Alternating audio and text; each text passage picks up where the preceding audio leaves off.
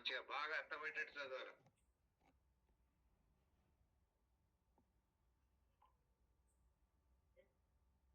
ఆదికాండము 15వ అధ్యాయము 7వ వచనం నుండి 16వ వచనం వరకు.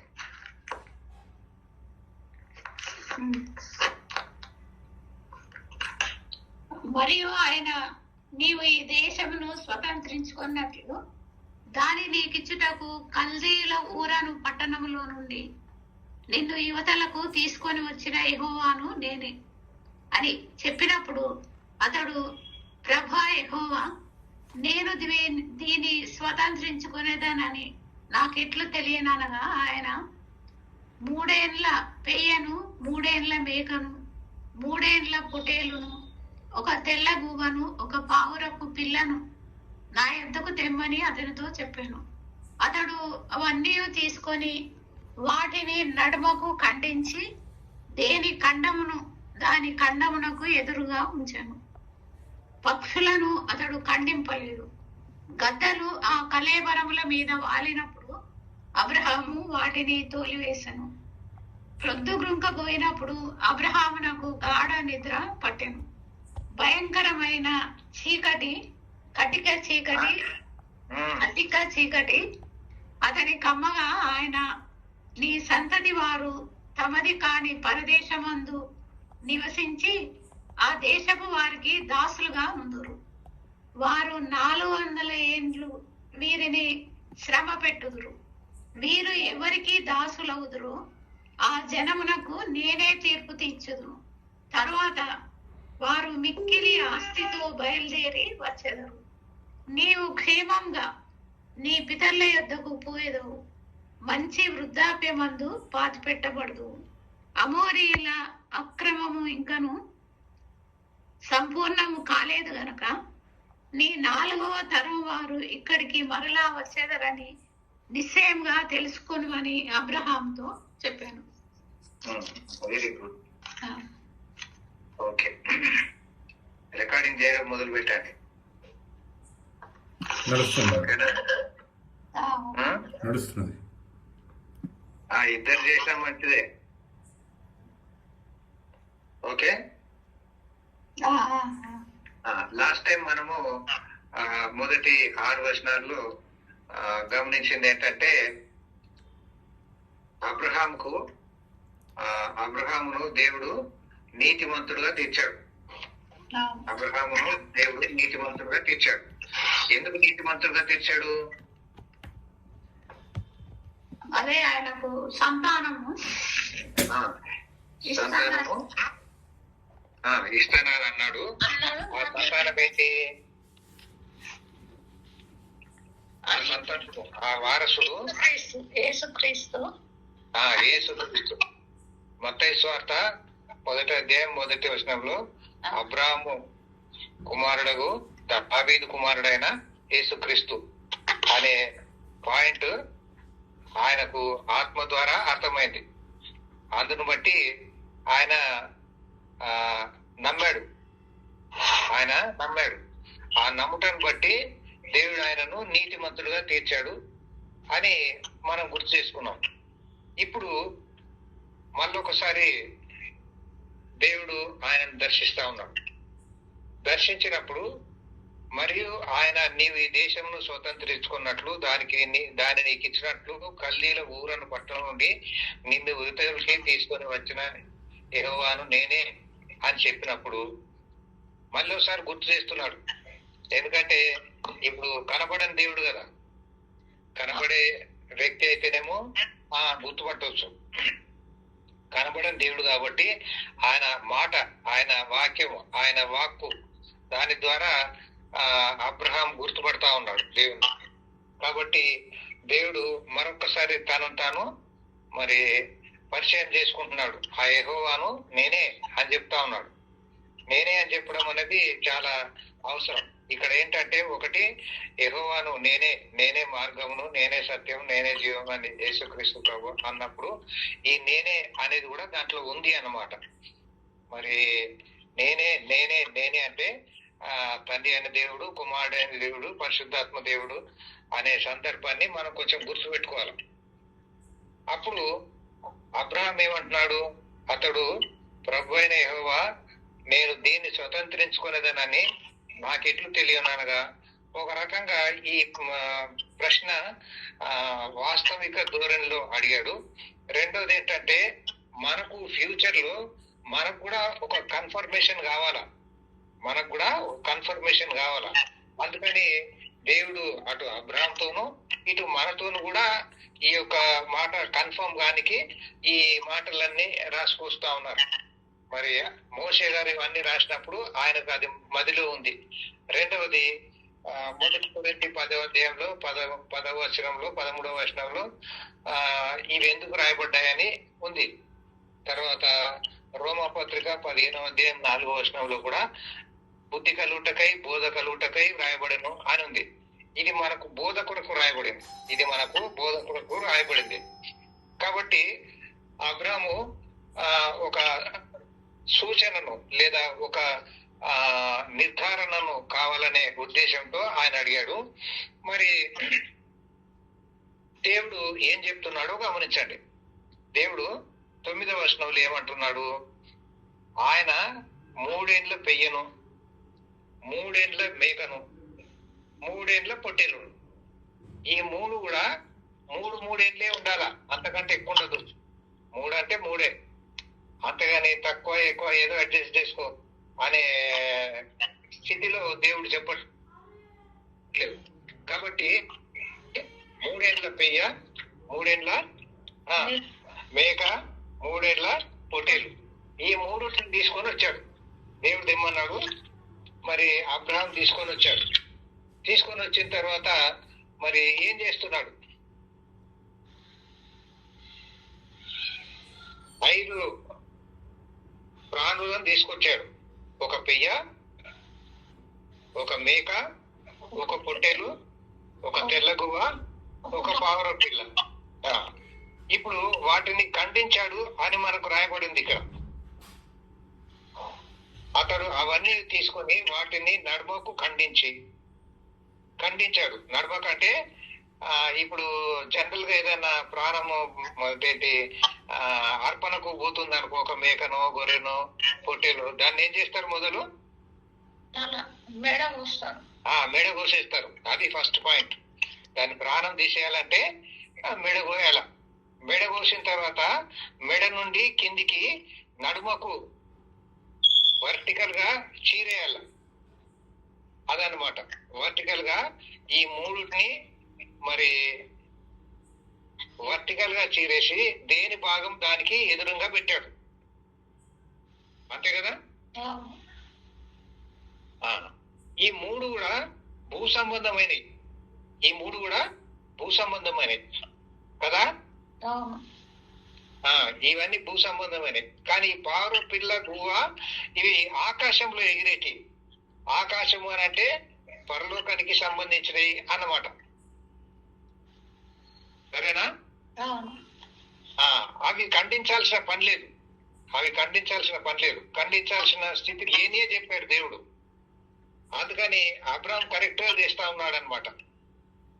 ప్రభు యెహోవా నేను దీన్ని స్వతంత్రించుకున్నదని నాకెట్లు తెలియనగా ఆయన 3 ఏండ్ల పెయ్యను, 3 ఏండ్ల మేకను, 3 ఏండ్ల పొట్టేలును, ఒక తెల్లగువ్వను, ఒక పావురం పిల్లను నా ఇంటికి తెమ్మని అతనితో చెప్పాను. తీసుకొని వచ్చినాడు. మరి దేవుడు వీటిని ఖండించు అని చెప్పలేదు, ఇక్కడ రాయబడలేదు. కానీ దేవుడు ఆయనకు చెప్పే ఉంటాడు, ఈయన చెప్పినట్టు చేశాడు. ఎప్పుడు కూడా దేవుడు కొన్నేమో రాస్తాడు, కొన్నేమో రాయడు. మోషే కొండ మీద చూపబడినట్టుగా నీవు భూమి మీద చెయ్యి అని అన్నాడు. సో పరలోకంలో ఉన్న ఆ గుడారం ఒకటి ఉంది. ఆ గుడారం లాగా కొండ మీద చూపించాడు. అది కింద తయారైపోయింది. అట్లాగే యెరూషలేం మందిరంకు మరి ఎట్లా కట్టాలనేది దావీదుకు మచ్చలు ఇచ్చాడు కదా. మరి అట్లాగే చెప్తా ఉంటాడు అనమాట దేవుడు. మరి అవి కొన్ని రాస్తారు, కొన్ని రాయరు. రాయనంత మాత్రాన రాయింది మీద మాకు చెప్పకండి అనే వాళ్ళు చాలా మంది ఉంటారు. కానీ పరిశుద్ధాత్మ నింపుదల నడిపింపు ఉన్న తర్వాత వాటిని చెప్పకపోవడం అనేది దేవుని చిత్తం కాదు. కాబట్టి అబ్రహాం చేశాడంటే దేవుడు చెప్పాడు అనమాట. అతడు అవన్నీ తీసుకొని వాటిని నడుమకు ఖండించి అని రాశాడు. మరి తల మెడను నుండి పైకి వేరు చేయని రాశాడా? రాయలేదు. కానీ చేయాలా వద్దా? అదన్నమాట. కాబట్టి దేవుడు నడిపించిన దాని ప్రకారమే చేస్తా ఉన్నాడు అబ్రహాం. ఆ విషయం మనం మర్చిపోకూడదు. కాబట్టి వాటిని ఖండించి దేని ఖండమును దాని ఖండమునకు ఎదురుగా ఉంచాం. పక్షులను అతడు ఖండింపలేదు. చాలా స్పెషల్ గా చెప్తా ఉన్నాడు. కానీ ఎందుకు అని ఇక్కడ చెప్పలేదు. ఎందుకు అని మాత్రం ఇక్కడ చెప్పలేదు. గద్దలు ఆ కళేపురముల మీద వాలినప్పుడు అబ్రాము వాటిని తోలివేశాడు. ఇంకా గద్దల గురించి చెప్పుకొస్తా ఉన్నాడు. గద్దలు వస్తా ఉన్నాయి. ఆకాశ పక్షులు అన్నాడు మనకు ఉపమానంలో, మిత్తువాని ఉపమానంలో. మరి ఆకాశ పక్షులు వచ్చి ఆ విత్తనాలు ఎత్తుకుపోతున్నాయని చూపిస్తున్నాడు. అవి సాతానుకు సాదృశ్యాలు. ఈ గువ్వ, ఈ పావురము దానికి సాదృశ్యం కాదు. ఈ గువ్వ పావురము దానికి సాదృశ్యం కాదు. అది బాగా గుర్తుపెట్టుకుందాం. ఓకేనా? కాబట్టి గద్దలు అంటే ఆకాశ పక్షులు, ఇవి సాతానుకు సాదృశ్యాలు.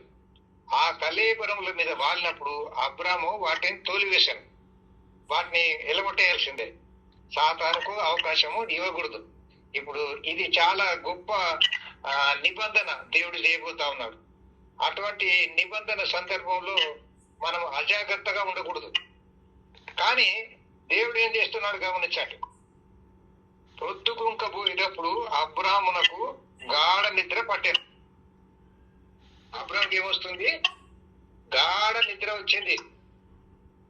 గాఢ నిద్ర అనేది మనం చాలా సార్లు బైబిల్లో గమనిస్తూ ఉంటాం. చీకటి, నిద్ర, గాఢ నిద్ర అనేటి ఒక తరము నుండి ఇంకో తరమునకు దాటుతూ ఉన్నప్పుడు ఆ చీకటి అనేది అది దేవుడు కలుగజేస్తూ ఉంటాడు. యేసయ్య కూడా సిలువలో మరి ఆయన ఉన్నప్పుడు చీకటి కలుగజేశాడు. ఎందుకు చీకటి కలుగజేశాడు? యేసయ్య ఆ శ్రమను అనుభవించేది లోకం చూడకూడదు. లోకం చూడకూడదు. యేసయ్య భయంకరమైన ఆ శ్రమ అనుభవిస్తున్న విషయాన్ని లోకం ఎవ్వరు చూడకూడదు. కానీ ఆ శ్రమ ఆయన అనుభవించాల్సిందే. దీంట్లో దాగుడు మూతలు ఏం లేవు. ఆ రీతిగా దేవుడు ఆ యొక్క శ్రమల పాత్రను యేసయ్య మీద కుమ్మరించాడు. అది చాలా గొప్ప శ్రమ అన్నమాట. మరి అటువంటి శ్రమ ఆయన పొందుతూ ఉన్నప్పుడు లోకం చూడకూడదు కాబట్టి చీకటి కమ్మలు చేశాడు. ఇట్లాగే ఇంకా ఇతరత్ర సందర్భాల్లో చీకటి అనేది కలిగింది అని అంటే మరి వేరు వేరు కారణాలు ఉన్నాయి. కారణాలు ఏమైతేనేమింది, దేవుడు మాత్రం దాన్ని వాడుకుంటూ ఉన్నాడు. ఇప్పుడు ఆదాముకు మరి గాఢ నిద్ర కలుగజేశాడు. ఆపరేషన్ చేశాడు దేవుడు కదా. మరి అవ్వను బయటకు తీసుకొచ్చాడు. ఆ రీతిగా దేవుడు చీకటిని వాడుకుంటున్నాడు. మరి చీకటి తప్పు అనేది ఏమి ఇక్కడ లేదు. ఆ చీకటి వేరు, ఈ చీకటి వేరు. మరి ఇశ్రాయేలుకు ఐగుప్తీయులకు మధ్య చీకటి కలుగజేశాడు. సో దేవుడు ఎప్పుడు ఎందుకు ఏ చీకటి కలుగజేస్తున్నాడు అనే దాన్ని మనం కొంచెం విశ్లేషిస్తా ఉంటే మనకు ఇది కూడా బాగా అర్థమవుతుంది. కాబట్టి గాఢ నిద్ర పట్టెను అన్నాడు. మరి యోబు గ్రంథంలో కూడా మరి ఈ గాఢ నిద్ర అనేది మనం చూస్తాం. దానియేలు గ్రంథంలో 10వ అధ్యాయం 8వ వచనంలో, యోబు గ్రంథం 4వ అధ్యాయము 12 నుండి 16వ వచనంలో ఈ చీకటి గాఢ నిద్ర అనేది మనకు కనబడతా ఉంది. సో దానికి అనుబంధంగా మనం ఆ యొక్క సందర్భాల్ని గమనించినప్పుడు మనకు కొంత సమాచారం అనేది అడిషనల్ గా అందుబాటులో ఉంటది. తర్వాత ఇప్పుడు దేవుడు ఆయనను దర్శిస్తా ఉన్నాడు. దేవుడు ఆయనను దర్శిస్తా ఉన్నాడు. 13వ వచనం, ఆయన నీ సంతతి వారు ఆయన చెప్తున్నాడు అనమాట. నీ సంతతి వారు తమది కాని పరదేశమందు నివసించి ఆ దేశపు వారికి దాసులుగా ఉందరు. ఇప్పుడు చూడండి, ఎందుకంటావు ఈ పరదేశము? ఈ పరదేశము అనేది రెండు రకాలుగా మనము అందుబాటులోకి తీసుకురావాలి. మొట్టమొదటి ఏంటంటే, ఈయన వద్దంటే కూడా ఐగుప్తుకు వెళ్ళాడు. అబ్రాము ఆయన పోవలసిన అగత్యత లేకుండే కానీ వెళ్ళాడు. రెండవది, మరి ఐగుప్తు అనేది ఆ కాలంలో ఈ లోకానికి అంతటికి హెడ్ క్వార్టర్. ఈ లోకానికి అంతటికి హెడ్ క్వార్టర్. అక్కడికి పోవాల్సిందే వాళ్ళు. మరి ఐగుప్తులో మరి అన్యజనులలో నేను మహోన్నతుడనగుదును అనే ఒక ఉద్దేశం ప్రకారము యోసేపును అక్కడికి పంపించాడు. యోసేపును ముందుగా పంపించాడు అని 105వ కీర్తనలో మనం చూస్తాం. మరి దేవుని సంకల్పం కూడా దానితో అనుబంధంగా కలిసిపోతా ఉంది. ఆహారం అక్కడ ఉంది, యోసేపు అక్కడ ఉన్నాడు, ఆహారం అక్కడ ఉంది. కాబట్టి యాకోబు సంతతి వారు అక్కడికి వెళ్ళవలసి వచ్చింది. ఆ రీతిగా దేవుడు ముందుగా చెప్పేస్తా ఉన్నాడు అనమాట. 400 సంవత్సరం లేదా 400 సంవత్సరములు అక్కడ మరి పరదేశమందు నివసించి ఆ దేశపు వారికి దాసులుగా ఉందరు. మరి మొదలు వాళ్ళు పోయినప్పుడు యాకోబు సంతతి అక్కడ ఉన్నంత కాలము యోసేపును ఎరుగని రాజు ఏమనలేదు. యోసేపు చనిపోయిన తర్వాత వచ్చిన రాజు, యోసేపును ఎరుగని రాజు వచ్చిన తర్వాత ఈ దాస్యం అనేది స్టార్ట్ అయింది. కాబట్టి అప్పుడప్పుడే వాళ్ళకి ఏం ఎరుకులు ఇబ్బందులు రాలేదు. కానీ దాని తర్వాత యోసేపు చనిపోయిన తర్వాత కొంతకాలానికి యోసేపును ఎరుగని రాజు వచ్చాడు. యోసేపును ఎరుగని రాజు. మరి ఇప్పుడు చూడండి, యేసయ్య కూడా ఐగుప్తుకు పారిపోయాడు. యోసయ్య మరి ఐగుప్తుకు పారిపోయాడు. కొంతకాలము ఆ హేరోదు 1, 2 వాళ్ళు ఉన్నారు అక్కడ. హేరోదు చనిపోయిన తర్వాత యేసయ్య మళ్ళీ వాపసు వచ్చాడు. సో ఆ టైం గ్యాప్ అనేది దేవుడు తన చిత్త ప్రకారం వాడుకుంటా ఉంటాడు. ఆ రీతిగా ఈ యొక్క ఇశ్రాయేల్ కూడా మరి కొంతకాలం బాగానే ఉన్నారు. దాని తర్వాత దాసులయ్యారు. అది మనం గుర్తుపెట్టుకుందాం. నీ సంతతి వారు తమది కాని పరదేశమందు నివసించి ఆ దేశపు వారికి దాసులుగా ఉందరు. వారు 400 ఏండ్లు వీరిని శ్రమ పెట్టుదురు. వీరు ఎవరికి దాసులవుదురో ఆ జనమునకు నేనే తీర్పు తీర్చుదును. మరి తన బిడ్డల్ని ఎవరైనా ఇట్లా దాసులుగా బానిసలుగా చేసుకుంటారో వాళ్ళకు తీర్పు తీరుస్తూ ఉంటారు. మీరు గమనిస్తూ ఉండండి. ఇప్పుడు అష్షూరు దేశంలో గాని మరి బబులోన్లో గాని ఇశ్రాయేలీలు మరి యూదులు చెరకు వెళ్ళారు. అక్కడ వాళ్ళు వీళ్ళను ఇబ్బంది పెట్టారు.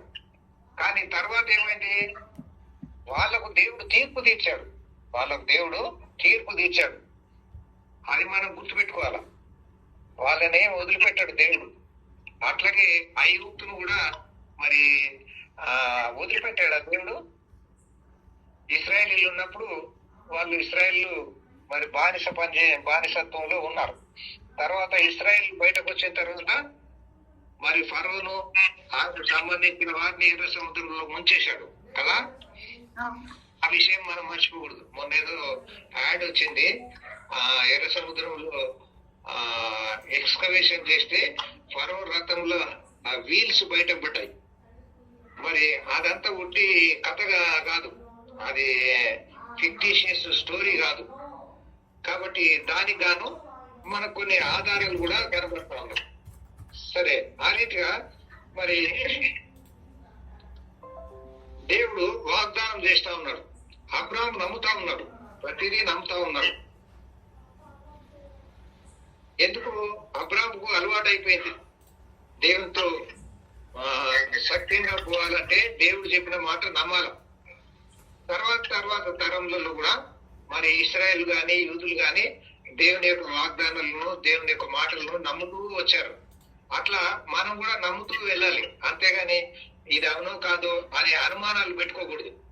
దేవుని దగ్గర అనుమానాలు ఏమి ఉండకూడదు. ఆ రీతిగా మరి అబ్రాహాము నమ్మాడు. తర్వాత వారు మిక్కిలి ఆస్తితో బయలుదేరి వచ్చారు. నీవు క్షేమంగా నీ పితరుల యొద్దకు పోయేదు, క్షేమంగా నీ పితరుల యొద్దకు నేను పోయేదు, మంచి వృద్ధాప్యమందు పాతి పెట్టబడదు. మనకి ముదిమి వచ్చే వరకు నేను ఎత్తుకొని వాడు నేనే అనే వాగ్దానం ఉంది. అంటే అబ్రామ్కు ఆ వాగ్దానం నెరవేరింది అనమాట. అబ్రామ్కు ఆ వాగ్దానం నెరవేరింది. దావీదు కూడా ఆ వాగ్దానం నెరవేరింది కదా. ముదిమి వచ్చే వరకు నిన్ను ఎత్తుకుని వాడు నేనే. అబ్రామ్కు దేవుడు వాగ్దానం ఇచ్చాడు, దావీదులో నెరవేర్పు జరిగింది. అది క్రీస్తును గురించిన వాగ్దానం. ఇది ముదిమి వచ్చే వరకు నేను ఎత్తుకుని వాడు నేనే అనే సందర్భము మరి అబ్రామ్కు జరిగింది, దావీదు కూడా జరిగింది. ఆ విషయం మనం గుర్తుపెట్టుకుందాం. మరి అది చాలా గొప్ప వాగ్దానము, అది మంచి నెరవేర్పు. తర్వాత అమోరీల అక్రమము ఇంకనూ సంపూర్ణం కాలేదు. అమోరీల అక్రమము ఇంకనూ సంపూర్ణం కాలేదు. అమోరీలు అనంటే ఇక్కడ ఉన్న కనాను జాతి అన్నమాట. కనాను జాతి అనేది మనకు గుర్తుంది కదా. కనాను వాళ్ళు ఎవరు? షేము, హాము, యాపెతు. షేము, హాము, యాపెతు నోహు కుమారులు. మరి హాము కుమారుడు కనాను, హాము కుమారుడు కనాను. కాబట్టి కనాను చేసిన పనిని బట్టి ఆ కనాను జాతులు అవన్నీ కూడా మరి ఆ పాపంలో మునిగిపోయారు, పాపంలో మునిగిపోయారు. వాళ్ళ చేతుల్లో ఈ యొక్క కనాను దేశం ఉంది. కనాను ఒక పేరు, కనాను ఒక పేరు. కనాను ఒక దేశంగా కూడా మారిపోయింది. ఆ దేశంలో మరి ఈ యొక్క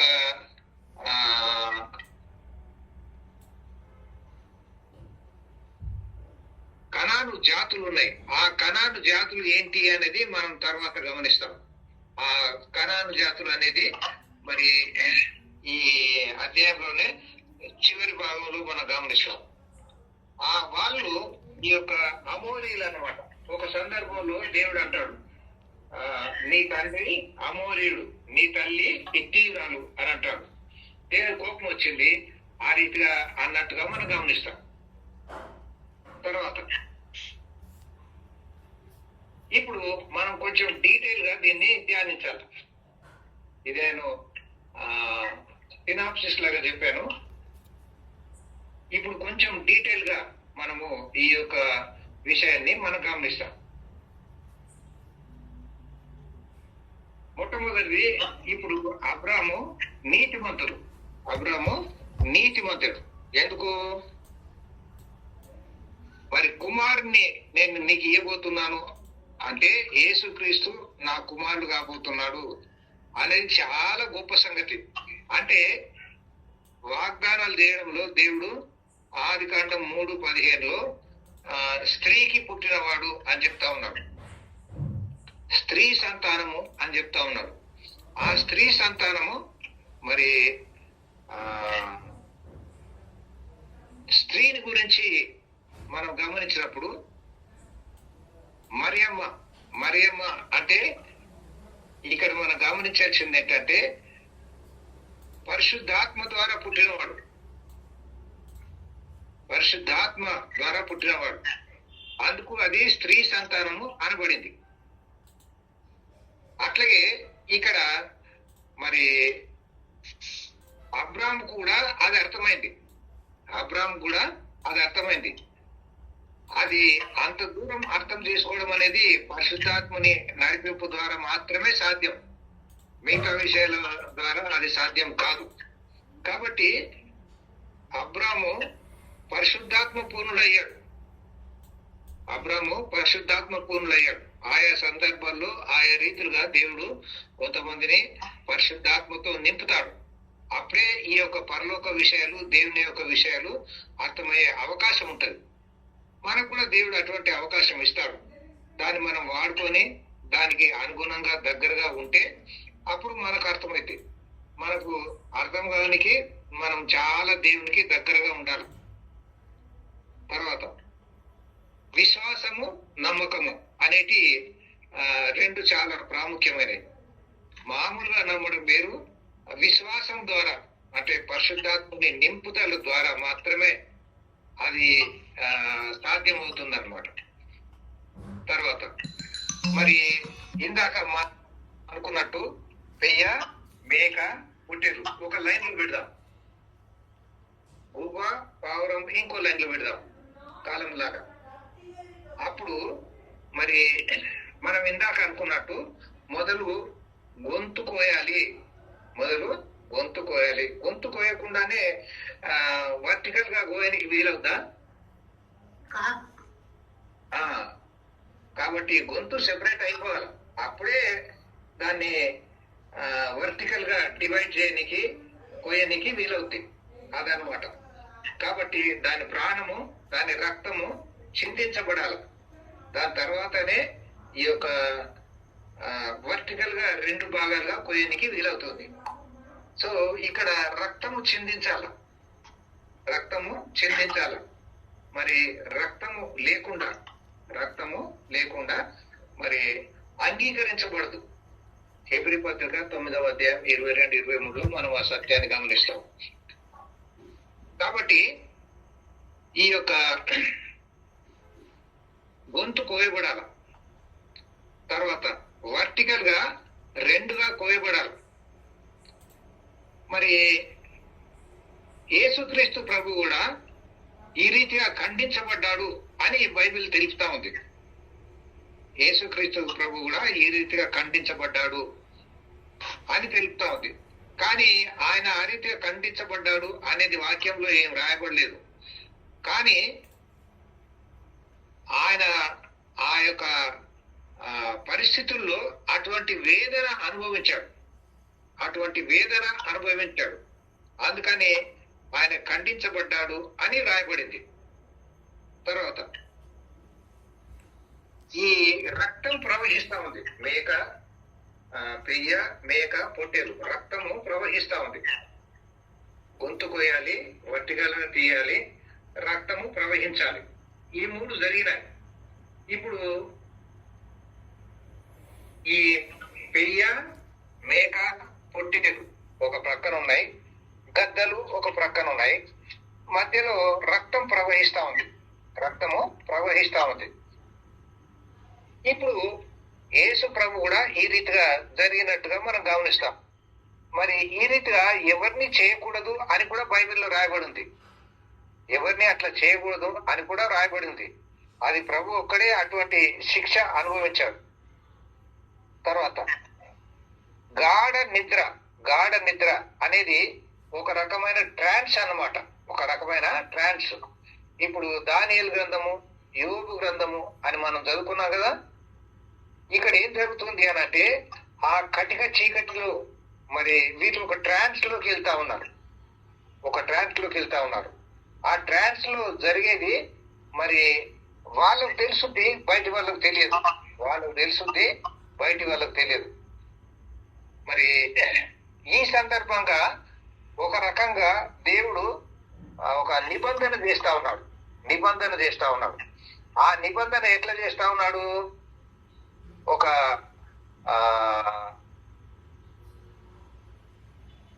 అదేంటది, దాన్ని ఏమంటారు,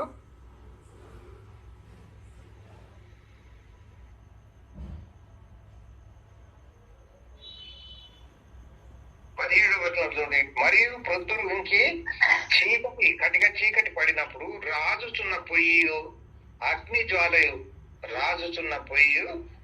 జ్వాలయు కనపడి ఆ ఖండముల మధ్య నడిచిపోయాను. అది మనం తర్వాత చదువుకుంటాం, కానీ దాన్ని ఇప్పుడే మనం కొంత గుర్తు చేసుకోవాలి. ఇది ఒక రకంగా దేవుని యొక్క అగ్రిమెంట్. బాండ్ పేపర్ మీద మనం ఎట్లా రాసుకొని ముద్రలు వేయించుకొని రిజిస్ట్రార్ల దగ్గర మరి గవర్నమెంట్ దగ్గర అది ఎట్లా చేస్తామో అట్లాగే దేవుడు కూడా మరి దీన్ని ఒక నిబంధనగా వాడుకున్నాడు. మరి మానవుడు ఈ రీతిగా చేయకూడదు, చేయలేడు, కానీ దేవుడు మాత్రం చేశాడు. తర్వాత మరి అబ్రాహాం పితరులిద్దరికి వెళ్ళిపోయాడు. మరి దీనికి గాను ఎట్లా అది జరిగింది అనే విషయంలో మనం గమనించినట్టయితే దేవుడు ఆ ఎప్పుడైతే ఊరు అనే దేశం నుండి ఈ యొక్క దేశం తీసుకొని వచ్చాడో అప్పుడే దేవుని యొక్క ఉద్దేశంలో ఇవన్నీ ఉన్నాయి. కాలానుగుణంగా మరి అబ్రాము అడుగుతా ఉన్నాడు, లేదా దేవుడే బయలుపరుస్తా ఉన్నాడు. ఈ సందర్భంగా మరి అబ్రాము దీన్ని స్వతంత్రించుకున్నటకు నాకు రుజువు ఏంటి అని అడిగాడు. మరి మనం కూడా అప్పుడప్పుడు రుజువులు అడుగుతా ఉంటాం. దేవుడు కూడా ఇవన్నీ ఇష్టపడతా ఉంటాడు రుజువులు. మరి రాతపూర్వకంగా కావాలని మనం కోరుకుంటూ ఉంటాం. కానీ దేవుడు ఎట్లా చేస్తాడు?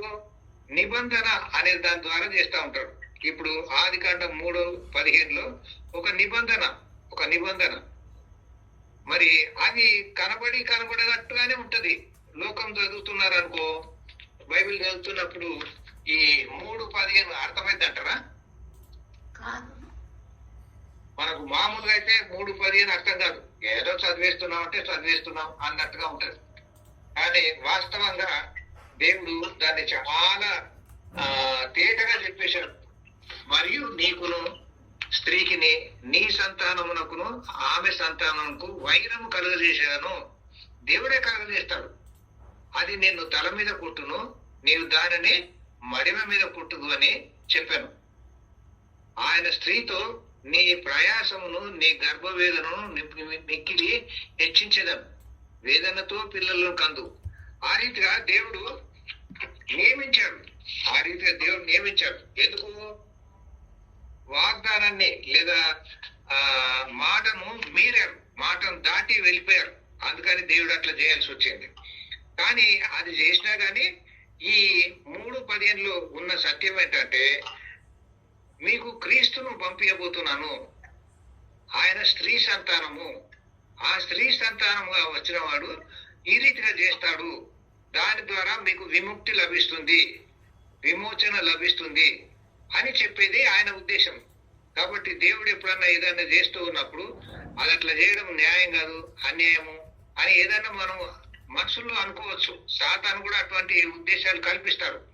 కానీ మరి శ్రేష్టమైన నిబంధనకు దేవుడు దారి తీస్తా ఉంటాడు. ఈ యొక్క సన్నివేశాన్ని నీవు పడ్డావు, కరెక్టే.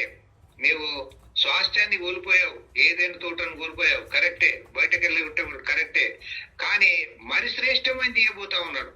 యేసుక్రీస్తును ఇవ్వబోతున్నాడు.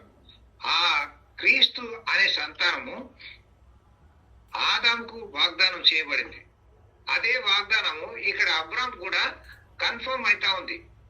మరి ఆ స్త్రీ సంతానం లేదా నీ గర్భమున పుట్టబోవు క్రీస్తు అని వాగ్దానం చేస్తా ఉన్నాడు. నీ గర్భమున పుట్టబోవు క్రీస్తు. ఆయన వారసుడు. ఆయన ఏంటైనా ఆయన వారసుడు.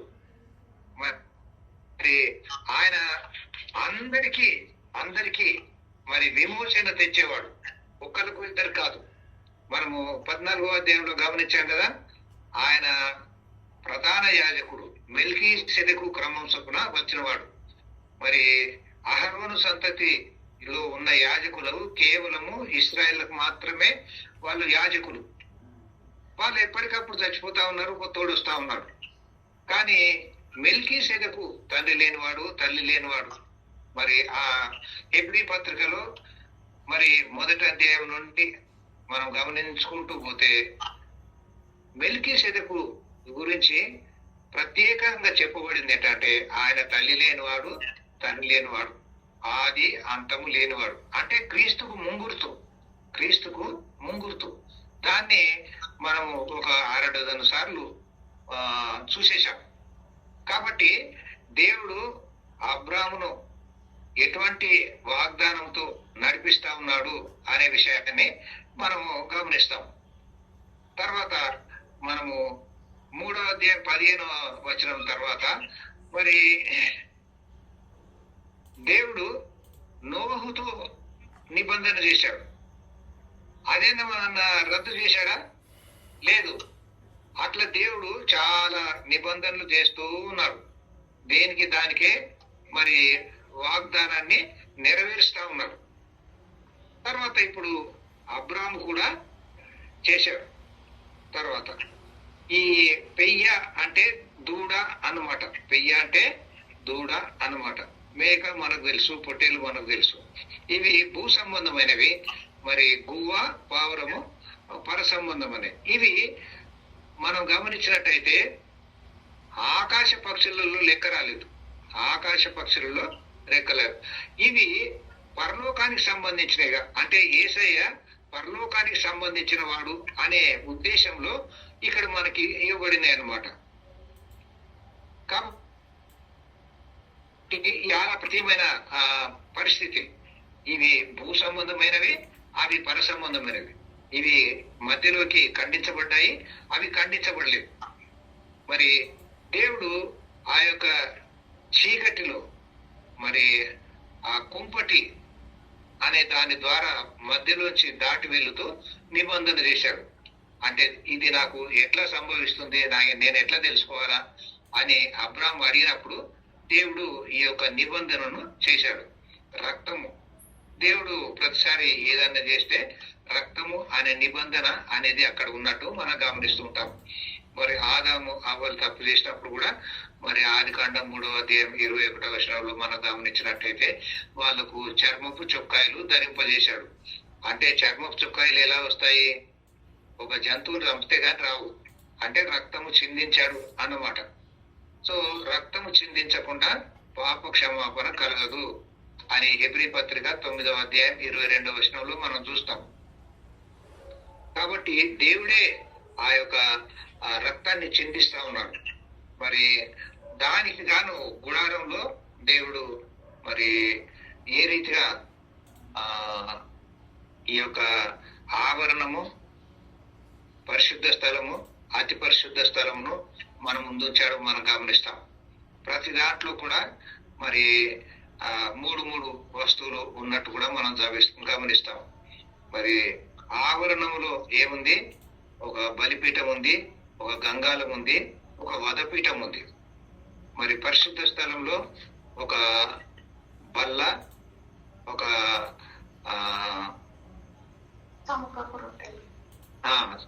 బల్ల మీదనే చమకపు రొట్టెలు, దీపస్తంభము, ఒక సెన్సర్, ధూప వేదిక ఉన్నాయి. మరి అతి పరిశుద్ధ స్థలంలో ఒక మందసం పెట్టె ఉంది. మందసం పెట్టె మీద ఒక కర్ణాపీఠం ఉంది. దాని మీద కెరూబులు ఉన్నాయి. లోపట ఆజ్ఞలు గల పలకలు ఉన్నాయి. కెరూబులు కూడా మరి అక్కడ 2 ఉన్నాయి. మరి ద్వారం దగ్గర ఒకటి ఉంది, పైన సీలింగ్ మీద ఒకటి ఉంది. ఆ రీతిగా పరిశుద్ధతను కాపాడేవి కెరూబులు అని మనం నేర్చుకున్నాం ఆదికాండం 3వ అధ్యాయంలో. ఆ రీతిగా దేవుడు ప్రతిదానికి కూడా ఒక స్టాండర్డ్ గా, తన స్టాండర్డ్, మరి లోకం స్టాండర్డ్ కాదు, మనుషులు పెట్టిన స్టాండర్డ్ కాదు, అట్లాంటి స్టాండర్డ్స్ మరి మానవులతో పెట్టి నిబంధన చేస్తున్నట్టు మనం గమనిస్తాం. తర్వాత మానవుడు ఇట్లాంటి నిబంధన చేయలేడు.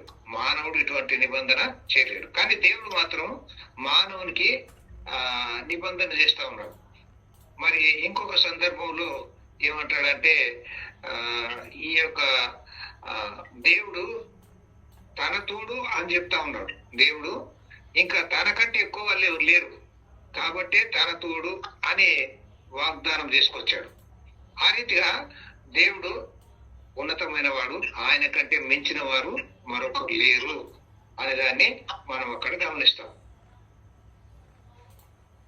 తర్వాత అబ్రాము ఇశ్రాయేలీలు భవిష్యత్తు చరిత్ర ఎట్లా ఉండబోతుంది అనే దాన్ని ఈ యొక్క 17వ వచనంలో రాజుచున్న పొయ్యి, అగ్నిజ్వాల, మేఘము అనే దాన్ని మనం గమనిస్తాం. ఈ యొక్క పొయ్యి అనే దాంట్లో వచ్చి మరి మనకు ఒక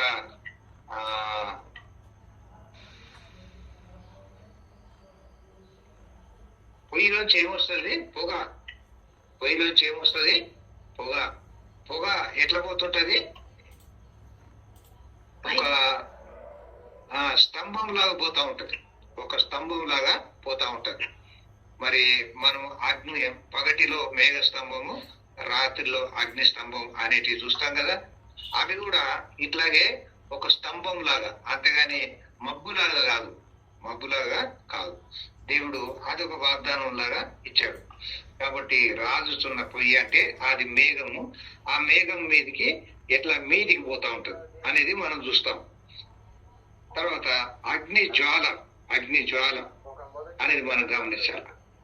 తర్వాత ఈ యొక్క జంతువులు భూలోక సంబంధమైనవని మనం గమనించాం, పక్షులు పరలోక సంబంధమైనవని మనం గమనించాం.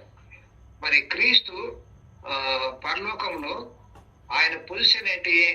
ఆయన పరలోక సంబంధి అని మనం చూస్తా ఉన్నాం, పరలోక సంబంధి అని మనం చూస్తా ఉన్నాం. మానవుడు, హిందుత్వం ఏమంటుందంటే మానవుడు దేవుడుగా మారలేడు, మానవుడు దేవుడుగా మారలేడు. కానీ దేవుడు మానవుడుగా మారగలడు, మారాడు. దేవుడు మానవుడుగా మారగలడు, మారాడు. అదనమాట. మరి హిందుత్వానికి అది అర్థం కాలేదు, హిందుత్వానికి అది అర్థం కాలేదు. తర్వాత అక్షరానుసారమైన జ్యేష్ఠత్వము ఇశ్రాయేల్కి ఇచ్చాడు దేవుడు, ఇశ్రాయేల్కి ఇచ్చాడు అక్షరానుసారమైన జ్యేష్ఠత్వం. ఆత్మానుసారమైన జ్యేష్ఠత్వము విశ్వాసులకు ఇచ్చాడు. ఇప్పుడు చూడు, తప్పిపోయిన కుమారుడు వచ్చాడు, వస్తే పెద్ద కుమారుడు అంగీకరించాడా? అంగీకరించలేకపోయాడు, అంగీకరించలేకపోయాడు. అది ఇశ్రాయేల్ యొక్క స్థితి. మరి తప్పిపోయిన కుమారుడు ఇక్కడ విశ్వాసులకు సాదృశ్యంగా ఉన్నాడు, విశ్వాసులకు సాదృశ్యంగా ఉన్నాడు. మరి ఆయన కుమారుని చెప్పిన ఆ నీతిని బట్టి ఇప్పుడు ఆయన ఉపమానం చెప్పింది యేసు ప్రభు, దాన్ని బట్టి తండ్రి ఎట్లా అంగీకరిస్తా ఉన్నాడు, తండ్రి ఇంటికి ఆయన ఎట్లా చేస్తా ఉన్నాడు అనే విషయాన్ని మనం గమనిస్తాం. అంతేకాక ఆ 7 బహుమానాలు కూడా మనం గమనించినప్పుడు ఆ 6, 7 అనే బహుమానాలు మరి తండ్రి ఇంట్లో ఉన్నాయని మనం గమనిస్తాం, తండ్రి ఇంట్లో ఉన్నాయి. ఏది? మ్యూజిక్ డాన్సింగ్, మ్యూజిక్ డాన్సింగ్ అనేది తండ్రి ఇంట్లో ఉన్నాయి. అవి చూసి మరి ఈ ఆర్భాటం ఏంటని పెద్ద కుమారుడు అడిగాడు. అవి తండ్రి ఇంటిలో ఉన్నాయి. అంటే తండ్రి ఇల్లు ఇప్పుడు ఈ లోకంలో లేదు, తండ్రి ఇల్లు ఎక్కడుంది? పరలోకంలో ఉంది. అందుకే మనం ఒక పాట పాడుకుంటాం, నా తండ్రి ఇంటిలో దుఃఖం ఉండదు, అసట ఆనందము అని మనం గమనిస్తాం. కాబట్టి ఈ దావీదు వలనే నాట్యం ఆడి తండ్రిని స్తుతించేదను అనేది పాత నిబంధనలో దావీదు చేసిన పని, అంతేగాని కొత్త నిబంధనలో విశ్వాసులకు ఇవ్వబడిన ఉద్దేశమే కాదు. కాబట్టి మనం అటువంటి పని చేయకూడదు. మరి అందుకని ఈ యొక్క తండ్రి ఇల్లు అనేది మనం అక్కడ గమనిస్తాం. తర్వాత అమోరీల అక్రమము సంపూర్ణం కాలేదు అన్నాడు, అమోరీల అక్రమము సంపూర్ణము కాలేదు అన్నాడు. ఈ అమోరీలు అనే వాళ్ళ అక్రమము ఎప్పుడు సంపూర్ణమవుతుంది, ఎప్పుడు సంపూర్ణమవుతుంది అనేది మనం గమనించినట్టయితే మరి ఈ 6000 సంవత్సరాలు అయిపోయి సంఘం ఎత్తబడి సంఘం మధ్యాకాశానికి వెళ్ళి మళ్ళీ కిందికి వచ్చి యేసయ్య పరిపాలన చేస్తాడు. అప్పుడు అమోరీల అక్రమం సంపూర్ణమైపోతుంది, అప్పుడు యేసయ్య పరిపాలన చేస్తాడు. అదనమాట. కాబట్టి అంత దూరము దేవుడు ఈ యొక్క సందర్భాన్ని వాడుకుంటున్నట్టు మనం గమనిస్తాం. మరి ఈ యొక్క చిన్న ప్యాసేజ్ లో దేవుడు ఎంత గొప్ప సత్యాలు ఎంత దూరముగా ఉన్నాయో అవన్నీ అబ్రాహాముకు చూపించాడు. అబ్రాహాము నమ్మాడు, అబ్రాహాము నమ్మాడు. మరి నమ్మాడు కాబట్టి ఆయన ఆ వాగ్దానాన్ని స్వతంత్రించుకున్నాడు. గమనించండి, అబ్రాహాము 75 ఏళ్లకు పిలువబడ్డాడు. కొన్ని సందర్భాల్లో అబ్రాహాము చేసిన పొరపాట్ల వల్ల మరి బహుశా 90 ఏళ్ల వరకు మరి ఆయనకు చేయబడిన వాగ్దానము ఆయన పొందలేకపోయాడు. చూసారా? అంటే 15 సంవత్సరాలు అనేది ఆయన పోగొట్టుకున్నాడు. 15 సంవత్సరాలు ప్రొబేషన్ పోగొట్టుకున్నాడు. తర్వాత మళ్ళీ 10 సంవత్సరాలకు కానీ ఇస్సాకు పుట్టలేదు. అబ్రాహాంకు 100 సంవత్సరాలు వచ్చినాయి, అప్పుడు ఇస్సాకు పుట్టాడు.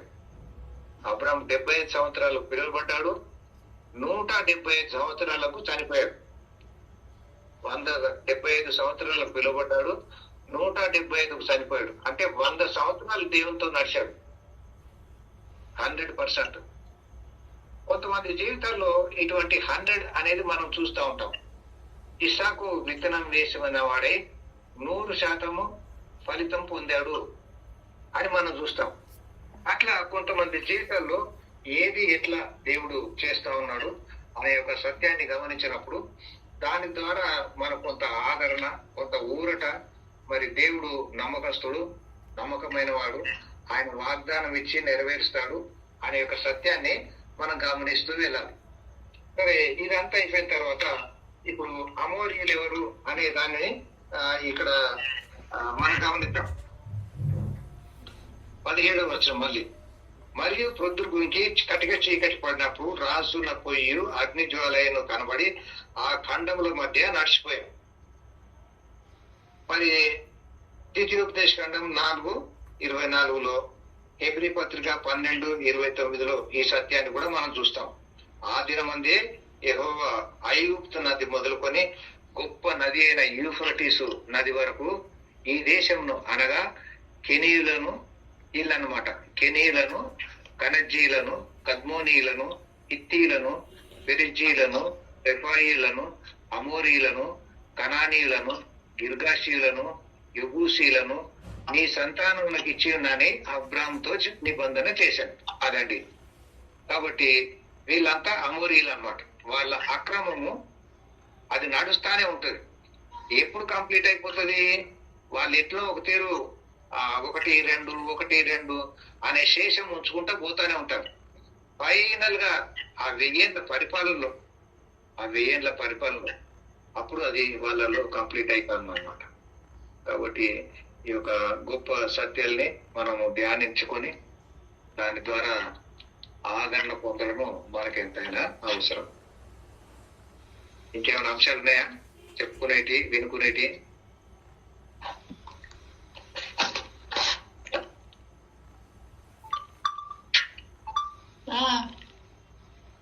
ఏం లేదు, అందరూ బాగున్నారు. ప్రార్థన చేసుకుందామా? ఓకే, ప్రార్థన. నిన్న నేడు రేపు ఏకరీతిగా ఉన్న మా యేసుక్రీస్తు ప్రభువా, ఘనమైన దేవ, గొప్ప దేవా, నీ స్తోత్రాలు, వందనాలు చెల్లించుకుంటున్నాం. మరి ఆది కాండము 15వ అధ్యాయము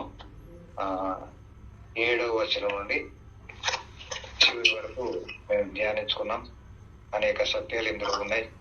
దాని ద్వారా మేము ఆదరించబడి, హెచ్చరించబడి, బలపరచబడి, మరి నీ యొక్క సత్యంలో బలంగా నడిచే నీ యొక్క కృపను దయచేయవలసిన ప్రార్థిస్తున్నాం. మాకు అందరికి ఇచ్చిన మంచి ఆయువు, ఆరోగ్యము, బలం, శక్తిని బట్టి వందనాలు. మరి ఈ యొక్క వాక్యాన్ని మేము ఎంత జాగ్రత్తగా విన్నామో, ఎంత జాగ్రత్తగా అర్థం చేసుకున్నామో, ఇతరులు కూడా దీని ద్వారా మేలు పొందాలనే ఉద్దేశంతో దీనిని మేము యూట్యూబ్ లో పెట్టాలని ఆలోచిస్తా ఉన్నాం. దానికి గాను రాజును, మరి ఇతర సహాయకులను మీరు బలపరిచి ఈ యొక్క వాక్యంను ఇతరులకు కూడా అందే రీతిగా ఎడిటింగ్ చేసి యూట్యూబ్ లో పెట్టే సహాయం దయచేయవలసిగా ప్రార్థిస్తున్నాం. మాకు ఇచ్చిన మంచి సమయంలో నీ యొక్క సన్నివేశాన్ని, సన్నిధిని బట్టి వందనాలు చెల్లించుకుంటూ మహిమ, ఘనత, ప్రభావం నీకు ఆరోపిస్తూ యేసుక్రీస్తు ప్రభు వారి ఘనమైన నామములో స్తుతించి వేడుకుంటున్నాం ప్రభా. ఆమేన్.